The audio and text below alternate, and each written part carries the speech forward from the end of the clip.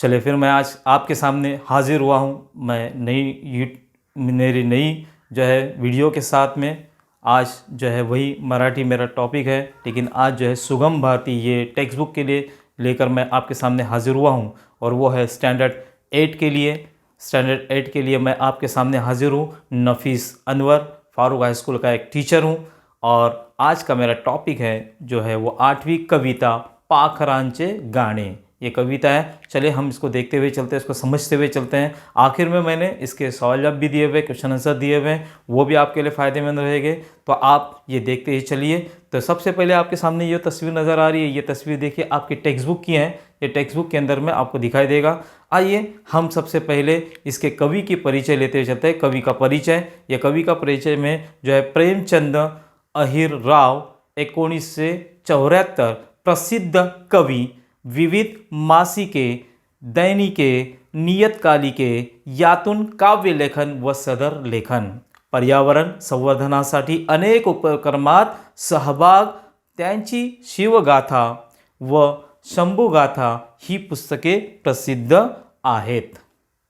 चलिए हम कविता के अंदर में देखते हैं कि कविता में आपको क्या पढ़ना है, वो देखते हुए चलते हैं। थोड़ा सा उसको देखते हुए चलते हैं क्या दिया हुआ है इसके अंदर में। तो आजच्या तंत्रज्ञानाच्या युगात मानव स्वतःच्या सुखसोयीसाठी सृष्टीचा सैवेरपणे वापर करू लागला आहे। सृष्टी का बहुत इस्तेमाल कर रहा है। कळत न कळत केलेल्या या गोष्टीमुळे सजीव सृष्टीतील वृक्ष, प्राणी याच्यातही अस्तित्वाला धोका पोहोचला आहे। स्वतःच्या प्रगतीबरोबरच प्राणीमात्रांच्या जीवनाचे संरक्षण करण्याविषयीची मागणी पाखरांच्या माध्यमातून कवीने या कवितेतून व्यक्त केली आहे। प्रस्तुत कविता, इस कविता में किशोर अप्रैल 2018 या मासिकातून घेतली आहे। चलिए हम लोग कविता देखते हैं अभी कि कविता के अंदर में क्या क्या दिया हुआ है। तो कविता के अंदर में सबसे पहले की 4 लाइन हम देखेंगे। ये 4 लाइन आपके सामने ऐका, वाचा, म्हणा, आपके टेक्स्ट बुक में इसी तरह से दिया हुआ है। करुणा असू दे सदैव माणसा, तुझ्या हृदयात आमची, तुझ्याच हातात आहे रे माणसा, दोरी आमच्या आयुष्याची। अब इसको समझते हुए चलते हैं हम लोग। करुणा, करुणा मतलब रहम, दया। करुणा मतलब रहम, दया। असू दे, रहने दे। असू दे मतलब रहने दे। सदैव माणसा, देखिए एक ये परिंदा जो है, एक पाखरू जो है, वो इंसान से कह रहा है, क्या कह रहा है? करुणा असू दे सदैव माणसा। सदैव, सदैव मतलब हमेशा, नेहमी। हमेशा मतलब नेहमी, नेहमी हमेशा करुणा रहने दे, जो है रहम रहने दे हम पे। ए इंसान हम पे रहम रहने दे।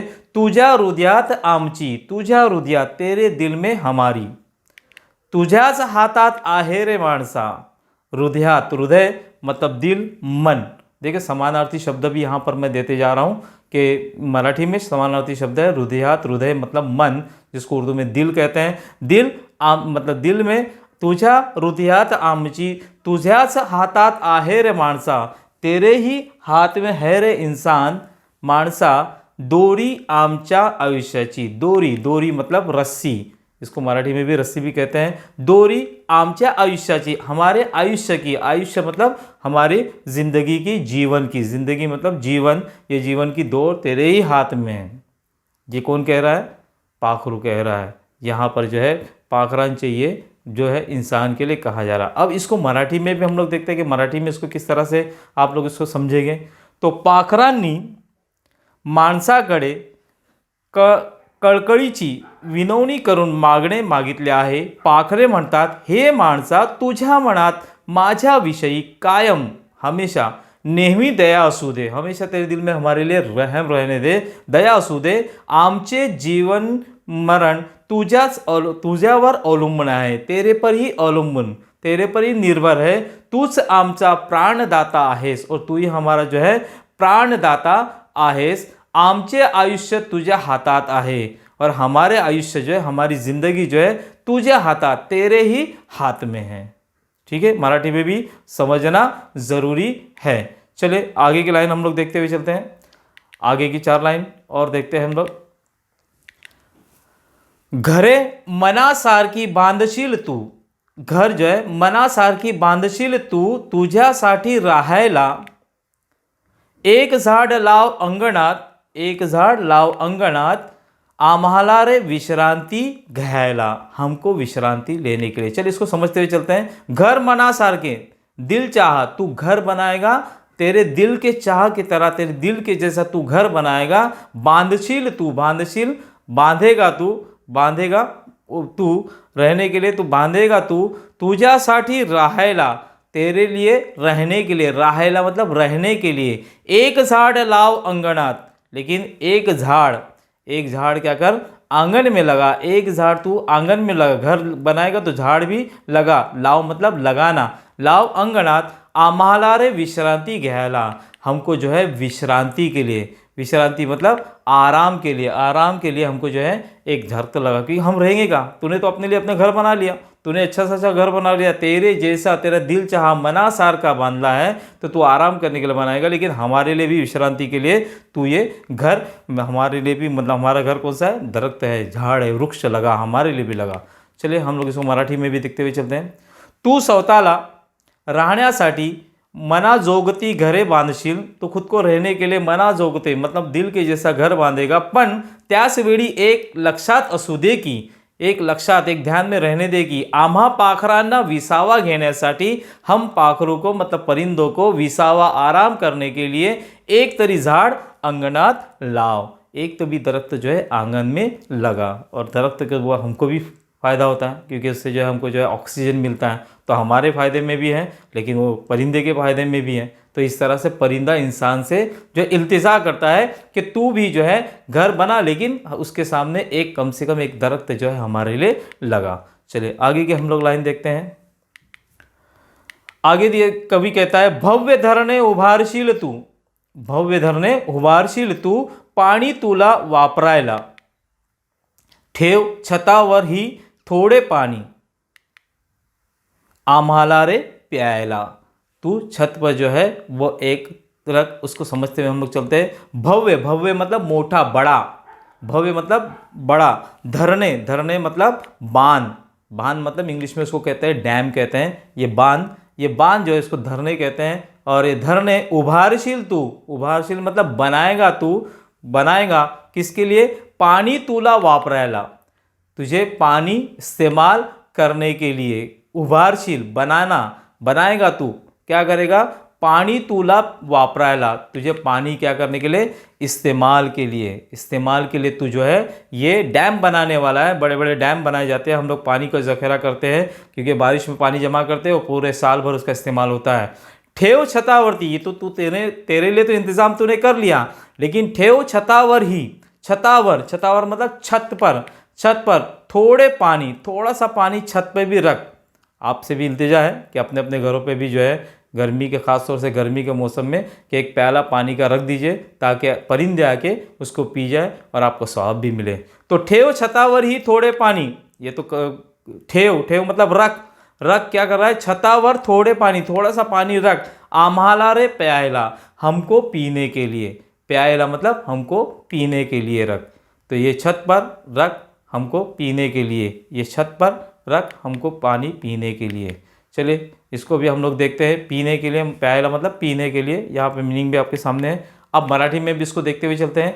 हे मानवा तुला पाणी हवे, म्हणून प्रचंड धरणे निर्माण करशील, त्याने तुझी तहान भागेल, उससे तेरी तहान मतलब प्यास बुझ जाएगी, पण आम्हाला पाणी पिण्यासाठी छतावर वाटीत, एक कटोरी में थोड़े पानी ठेव, आमच्या ही तहानेचा विचार कर, मतलब हमारी भी तहान का, हमारी भी प्यास का तो थोड़ा सा विचार कर। चलिए आगे की लाइन हम लोग देखते हैं। यह है आपके सामने अगली लाइन। फुलांची बाग फुलवशील तू, चिमुकल्यांना खेळायला, वृक्षवेलींना सजव कमाणी, वृक्षवेलींनी सजव कमाणी, कमानी आम्हाला रे झुलायला। फुलांची बाग, फूलों की बाग तुला फुलवशील तू, फुलवशील मतलब खिलाना, खिलाएगा तू, फूलों की बाग लगाएगा, किसके लिए लगाएगा, चिमुकल्यांना, चिमुकले मतलब छोटे छोटे बच्चों के लिए, खेळायला, चिमुकले चिमुक ले मतलब यहाँ पर देखिए बच्चों के लिए, अपने अपने बच्चों के लिए क्या करेगा, चिमुक लेना खेड़ायला, खेलने के लिए तू जो है वो क्या करेगा, फूलों की बाग लगाएगा। रुक्ष वेलीनी सजो कमानी, लेकिन हमारे लिए क्या कर, रुक्ष लगा, रुक्ष मतलब दरख्त लगा, झाड़ लगा, झाड़े। वेली, वेली का समानार्थी शब्द क्या है आपको, लता, बेले। ये जो वेली मतलब बेले है, ये बेले सजो कमानी, कमानी मतलब जब गेट रहता है ना बाहर का गेट, जो कमान की तरफ गोल होता है, तीर कमान में से कमान ऐसे गोल जो होता है उसको कमान कहते हैं। तो उसको सजा, बेलियों से सजा, बेले लगा। क्यों बेले लगा, आम्हाला रे झुलाएला, हमको उसमें झूलने के लिए तू इस तरह से उसको बेले लगा, कमान लगा, समझे। झुलाएला, झुलाएला मतलब झूलने के लिए। चलिए इसको मराठी में हम देखते चलते हैं। तुझ्या लहान ज्ञांना, मुला बाळांना खेळण्यासाठी, बच्चों के लिए खेलने के लिए तू फुलाची बाग फुलवशील, तू फूलों की बाग खिलाएगा, पण त्याच वेळी, लेकिन उसी वक्त आम्हाला स्वच्छंदपणे, हमको भी स्वच्छंद मतलब खुशी से, या स्वच्छंद अपने दिल से, आनंदाने, खुशी से झुलण्यासाठी वृक्षवेलींची एखादी कमान तू सजवून ठेव, एक कमान तू सजा के रख, ताकि हम उसके अंदर में झूला झूलें। बेले ऐसे रहते हैं ना, बेले पे बैठते हैं और वो परिंदे झूला झूलते हैं, इस तरह से तू हमारे लिए किया कर। चलिए आगे की हम लोग लाइन देखते हैं। आगे जो है कवि कहते हैं कि कर्कश गाणी ऐकशील तू, कर्कश गाणी ऐकशील तू, मनोरंजन करायला, मनोरंजन करायला, आनंद आमचा जपून ठेव, आनंद आमचा जपून ठेव, आम्हाला रे किलबिलायला, हमको किलबिल करने के लिए। चलिए इसको समझ के लेते हैं। कर्कश, कर्कश मतलब कर्णकटु, इसका समानार्थी शब्द है कर्णकटु। कर्णकटु मतलब बुलंद आवाज़, एकदम गाना, जैसे आप लोग जिसको जो डीजे कहते हैं। गाणी ऐकशील तू, तू गाने जो है ऐकशील, ऐकशील मतलब तू सुनेगा, तू गाने सुनेगा। अब सुनेगा किसके लिए, मनोरंजन करायला, मनोरंजन मतलब कर्मणुक, कर्मणुक मतलब तफरीह के लिए, मज़ा के लिए। तो मज़ा हासिल करने के लिए तो ये गाने सुनेगा, वो भी ज़ोर ज़ोर से आवाज़ से सुनेगा। लेकिन आनंद आमुचा, परिंदे कहते हैं, ये कहते हैं परिंदे क्या कहते हैं, आनंद आमुचा, हमारा आनंद जो है, खुशी जो है वो जपून ठेव, जपून मतलब संभाल के रख, संभालना, जपून ठेव संभाल के रख, आम्हाला रे किलबिलायला, लेकिन हमारी भी खुशी का ध्यान में रखना, हमारी भी आवाज़ें है, हमारी भी आवाज़ों को, किलबिल को हमको सुनने दीजिए। तो हमारा आवाज़ जो है किलबिलायला, किलबिलाना मतलब चहचहाना, किलबिलाना मतलब चहचहाना, चहचहाने के लिए हमारी भी खुशी का ज़रा ध्यान रखा करो। चलिए इसको मराठी में हम लोग देखते हैं। स्वतःचे मनोरंजन करण्यासाठी कर्कश गाणी तू मनसोक्त ऐकशील, मनसोक्त मतलब दिल से बहुत खुशी से सुनेगा, पण आमचा किलबिलाट करण्यातला आनंद आमच्यासाठी, आमच्यासाठी तू जपून ठेव, हमको भी जो है हमारे लिए संभाल के रख, ये सारी चीज़ें संभाल के रख। चलिए आगे की ओर आखिरी लाइन हम देखते हैं, आखिरी 4 लाइन। प्राण आमचा वाचवशील तू, प्राण आमचा वाचवशील तू, मनात ठेवून भूत देला, भूत देला, नाही तर येतील अश्रू डोळ्यात, नाही तर येतील अश्रू डोळ्यात, आम्हाला रे पाहायला। कितनी बड़ी बात कही हुई कवि ने, देखें यहाँ पर कि प्राण आमुचा, प्राण मतलब जान, जिंदगी, जीव, मराठी में जीव कहते हैं हमारा प्राण को, ये जीव जो है समानार्थी अल्फाज उसका जो है, आमचा वाचवशील तू, अगर तू बचाएगा, हमारी जान बचाएगा, वाचवशील तू, मनात ठेवून, दिल में रखकर, क्या रखकर दिल में, मनात ठेवून, मनात ठेवून, वाचवशील, वाचवशील मतलब बचाएगा, क्या बचाएगा, बचाएगा, मनात ठेवून, दिल में रखकर, मनात ठेवून, भूत दयेला, भूत दयेला, भूत दया मतलब जानवरों पर मोहब्बत, भूत दया मतलब जानवरों पर मोहब्बत रखकर तू अगर हमारे को, हमारी जान अगर तू बचाता है, तो याद रख, अगर तू बचाता है तो नाही तर, अगर बचाता है तो ठीक है, नाही तर, नहीं तो, नहीं तो एतिल अश्रु, अश्रु मतलब आंसू, इसको मराठी में आंसवे भी कहते हैं। तो अश्रु, एतिल आँखों में तुम्हारे आंसू है, इंसान तेरे आँख में आंसू आएंगे, डोळ्यात, डोळ्यात मतलब आँखों में आंसू आएंगे, आम्हाला रे पाहायला मतलब हमको देखने के लिए, पाहायला हमें देखने के लिए तेरे आँख में जो है आंसू आएंगे, क्योंकि हम रहेंगे नहीं, जब हमारी हिफाजत नहीं करेगा, तू दरख्त नहीं लगाएगा, हमको पानी नहीं पिलाएगा, तो हम जिंदा तो नहीं रह पाएंगे, और ज़िंदा नहीं पाएंगे तो आप जो है मुझे देखने के लिए, अगर मोहब्बत है तो हमको ज़िंदा रखने के लिए हमारी जान बचा, और नहीं तो तेरे आंखों में आंसू आएगा, हमको देखने के लिए तरस जाएगी, लेकिन तेरे आंख में आंसू आएंगे, हम दिखेंगे नहीं, तो हमको संभाल के रख। पहायला, पहायला मतलब देखने के लिए, तो तरस जाएगा। मैं समझता हूँ कि आगे की जो है मराठी में भी आपको मैं समझा दूँ। हे मानवा, मनात भूत देला जागवून तू आमचा प्राण वाचव, आमचे रक्षण कर। जर तू आमचा जीव वाचवला नाहीस तर आम्हाला पाहण्यासाठी तुझ्या डोळ्यात अश्रू दाटतील, तू आमच्यासाठी रडशील, तो हमारे लिए रोएगा। दाटतील मतलब तेरे आंखों में आंसू भर आएंगे, दाटतील आंखों में आंसू आ जाएंगे, अश्रू आ जाएंगे, और तू जो है आमच्यासाठी रडशील, तो हमारे लिए रोएगा। चले अभी हम इसके आगे की जो है कविता समझ में आएंगी। हम क्वेश्चन आंसर देखते हैं। पहला प्रश्न आपके सामने है, ये खालील आकृति पूर्ण करा। देखिए 8वीं वाले, आपको मैं बता दूं कि 9वीं 10वीं में अभी सब इसी तरह से पैटर्न कृति चल रही है, ये कृति आपको करना है। तो खालील आकृति पूर्ण करा, ऐसे क्वेश्चन आपके सामने रहेंगे। जैसे कि एक क्वेश्चन आपके सामने यहाँ पे दिखाई दे रहा है। ये क्वेश्चन देखिए यहाँ पे दिया है, कवीच्या मते माणूस, कवीच्या मते, कवी के मत से, मत मतलब उसके ख्याल से, माणूस स्वतःसाठी करतो त्या गोष्टी, खुद के लिए क्या क्या करता है। कविता में आपने सुना है ना, आपने मैं समझाया, समझ में आया ना आप लोगों को। तो कवि क्या कहना चाहता है कि इंसान अपने खुद के लिए क्या क्या गोष्ठी करता है, क्या क्या करता है। तो यहाँ पे 4 बॉक्स दिए हुए हैं, ये 4 बॉक्स के अंदर में 4 बातें आपको लिखना है। आप यहाँ पे होल्ड कीजिए और आप खुद ध्यान दीजिए कि इसका क्या क्या जवाब आ सकता है। मैं तो आगे बढ़ता हूँ, लेकिन आप होल्ड करके उसके जवाब देखिए। चलिए मैं आपको जवाब बताते चलता हूँ। सबसे पहला, घर बांधतो, है ना, हमने देखा था ना कवि के तंत्र में क्या बनाता है, घर बनता है ना, घर बनाता है। उसके बाद में दूसरा, धरण उभारतो, है ना, पानी के लिए धरण बांधता है। फिर तीसरा जो है, फुलांची बाग फुलवतो, फूलों को बाग लगाता है। और चौथा जो है, आखिरी जो है, कर्कश गाने एक तो, कर्कश जो बुलंद आवाज़ में गाने सुनता है। ये 4 बस शॉर्ट में आपका आंसर लिखना है, बड़े बड़े जवाब नहीं लिखना है, बस इतने ही शॉर्ट में आंसर लिखना है। इसी तरह से बॉक्स बना के आपको आपकी कॉपी में लिखना है, एग्जाम में आएगा तो भी इसी तरह से आपको लिखना है। चलिए दूसरा सवाल हम लोग देखते हैं।